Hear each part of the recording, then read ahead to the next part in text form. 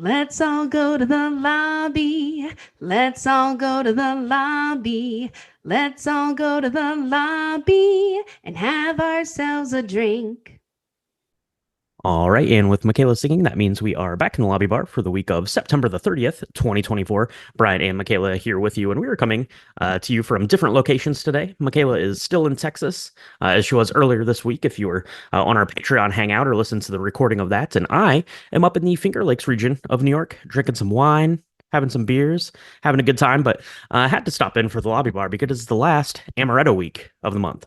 Indeed, indeed. And this drink that we have for the lobby bar is a little bit of, I don't know, a taste of what was at our hangout, right? We covered this drink on the hangout. So Mhm. if you're interested in more drinks like this, you should think about becoming a patron because you get to see us like make them live and talk about the drinks. It's really fun. This is a drink that a friend of mine, Jeff, made up. I'm sure he didn't actually make it up, but he came up with it in his kitchen and he was like, oh my gosh, it's so good. And it has our featured liqueur of the month, which is Amaretto. And it is called the Monica. So here's what you're going to do. You're going to get like a big brandy glass because it looks really cool in a big brandy glass. You're going to add one big ice cube in it because, again, it looks really cool.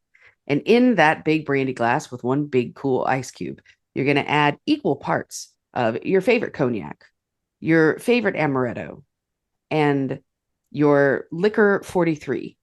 Liquor 43 is a vanilla liqueur. It's supposed to have 43 different types of vanilla in it. If you've not used it, we've used it a couple of times in our lobby bar drinks and a couple of drink movie cocktails. It's delicious, but it's going to add a bit of sweetness that the cognac and the amaretto. Well, the amaretto is kind of sweet too, but it's basically like a vanilla nutty dessert in a glass. Mhm. It's lovely. It is lovely. Yeah, it's kind of a little bit of a riff on the cocktail we did just a couple weeks ago, the French Connection. But you're adding that Liquor 43, which is a really nice addition come winter time. You could probably serve this one warmed as well, would be really good. Too, you could do Mm. that. And if you wanted to play around with it a little bit more, I think this would also be really good if you swapped in a bourbon for the brandy. I think that that would be really good, or the cognac, right? So doing a bourbon there, I think that that would be nice. A little bit of oak, a little bit of vanilla and honey from that Liquor 43. That Hmm. sounds pretty good. And then the amaretto there to round it all out. So hopefully everyone has enjoyed our amaretto month. That was fun. Digging into the cocktail ingredients. I've liked that. This was our second month we've done like an ingredient for the month. I think that they've been pretty good. Let us explore a little bit and kind of check out some different flavor offerings that each of these things have. So, what did you think? What were your overall impressions of amaretto? Are you an amaretto fan now? Does I Saint Germain am. have to watch its back as your is your favorite liqueur? Maybe not quite that far, but I will say, I mean, in a lot of the drinks that we have made, it's been kind of surprising how versatile amaretto has been, right? It's Hmm. something that's got a bit of sweetness. You can use it in like a more desserty kind of aperitif, um, if you wanted to, but uh the fall flavors are really coming through.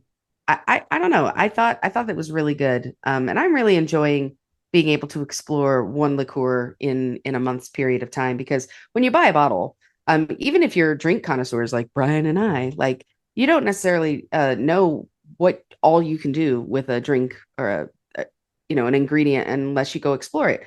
And that's really kind of fun. So Absolutely, absolutely. Amaretto is not just the cheap amaretto sour that you had in college, which is what I that's always thought of right. it as up until this month. So go check that out. If you have any good amaretto recipes, send those our way, and we'll be into a different ingredient for next month when we get into October next week and our spooky movies, which we'll be talking about. Okay, let's talk about movies a little bit. We're recording this early. As I mentioned, we're both traveling, and we're actually traveling back home on the day we normally record this. So we don't have quite the box office results for the weekend, but looks like a pretty strong start here for Wild Robot, $11 million, and a pretty terrible start for Megalopolis, $1.8 million.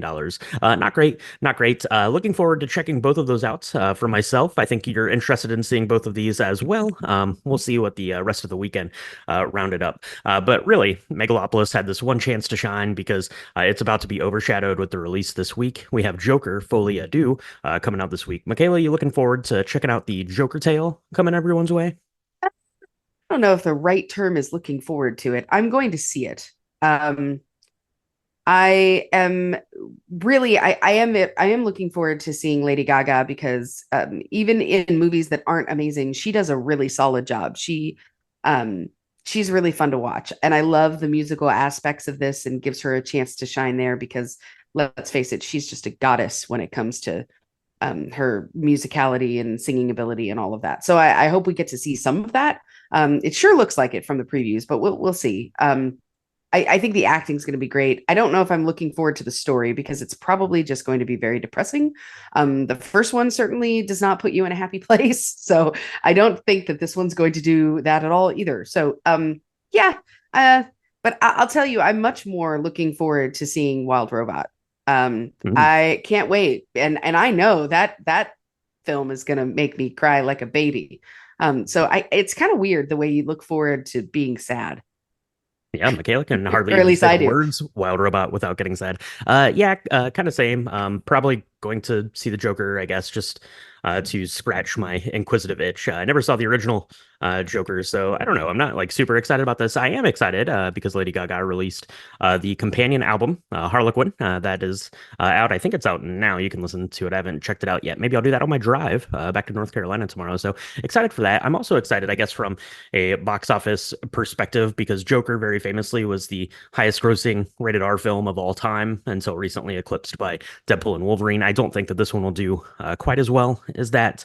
We've got enough stuff coming out to keep it in check, I think, but I think that it will do pretty well. So I'm interested to see people's feedback on that. So make it out to see Joker this week if you are interested in that. And a couple things on TV we've got coming out. I think it actually has debuted already, but Grotesquerie, which is kind of a along the same lines, I guess, of like American Horror Story. It's who's that guy? Ryan Murphy. This is kind of one of his creations. That looks pretty good. I think Niecy Nash, I think, is in this one. Who, I didn't really have much knowledge of her acting abilities, but then she was in that other Ryan Murphy, the Monster, the first season of Monster, the Jeffrey Dahmer story. She was the neighbor. She Yeah. was excellent in that. So I'm interested to see how she does in a little bit more of a leading type of a role here for that. So we've got that coming out, and then we also have The Walking Dead, Daryl Dixon. The Book of Carol. That is the whole official title there. If you cannot get enough Walking Dead, and apparently the people there at AMC think that you cannot, you've got that coming out as well. Grotesquerie, have you seen this? I guess we've seen it a couple times on the trailers at the movie theater, Yeah. and it looks pretty Yeah. scary and creepy. Good for Oh, I Halloween can't time. wait. Yeah. I mean, I love when we get a series that is a limited series. And I think this will have a defined beginning, middle, and end. I don't I think think this is so, yeah. going to be an ongoing thing. But I love a limited series that comes out that is spooky right around Halloween. We've seen a couple of them. I don't think they're from the same makers as Grotesquerie, but very excited about it. I think uh, uh, Niecy Nash is amazing. Travis Kelsey's in this. Come on, this is Oh, going to there be you go. great. Oh, see, He's Leslie perfect. Manville's in this. And Courtney B. Vance. Oh, I love Courtney B. Vance. Yep, I'm stoked. I cannot wait. Taylor told Travis that his football days are numbered, so you better figure out additional ways to make income. So he's out on the acting train for I sure. No, so I'm very excited for that. Walking Dead, Daryl Dixon, Book of Carol. Don't care about it if you love. Everyone loves Daryl Dixon, but come on, enough is enough. I think the actors just have like a free like line they just pick up and say, I need like $1 million. Can we do another Walking Dead show for me? There you go. There you go. What do we have coming out on the podcast, Michaela? Last week we talked about October Sky. That was really good. Really heartwarming tale there. So go check that one out. That was a really fun episode and a good movie to go back and watch this time of year. And this week coming up, we are into our spooky Halloween movies for the next 5 weeks. We get five of these this year, the way October fell, but we were doing Bram Stoker's Dracula. So that's pretty good. If the box office results for Megalopolis have you down, you can go check out Francis Ford Coppola's Dracula, his take on that, to get a different take there. Are you excited to talk about Dracula with everyone this week, Michaela? I am super excited to talk about Bram Stoker's Dracula. It's one of my favorite horror films. It's all the things that I think of when I think of Dracula, right? It's sexy, it is scary, it is like this evilness. It's also a really beautiful like love story at its heart, which I think they do really well in this version. It's really great. The acting's great. man, we could talk for the entire hour about the costumes and the art design Mhm. of the actual like design of the movie itself because it is absolutely gorgeous.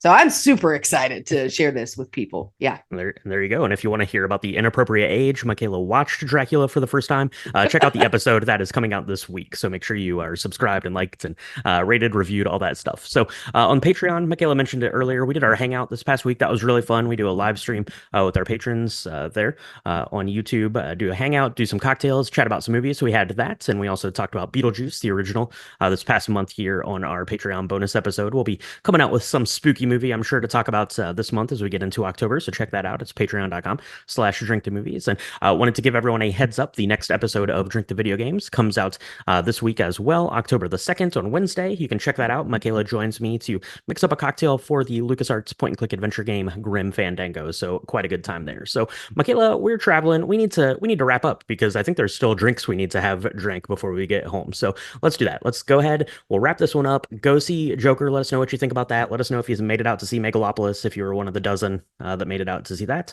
And we'll talk to you next time in the lobby bar.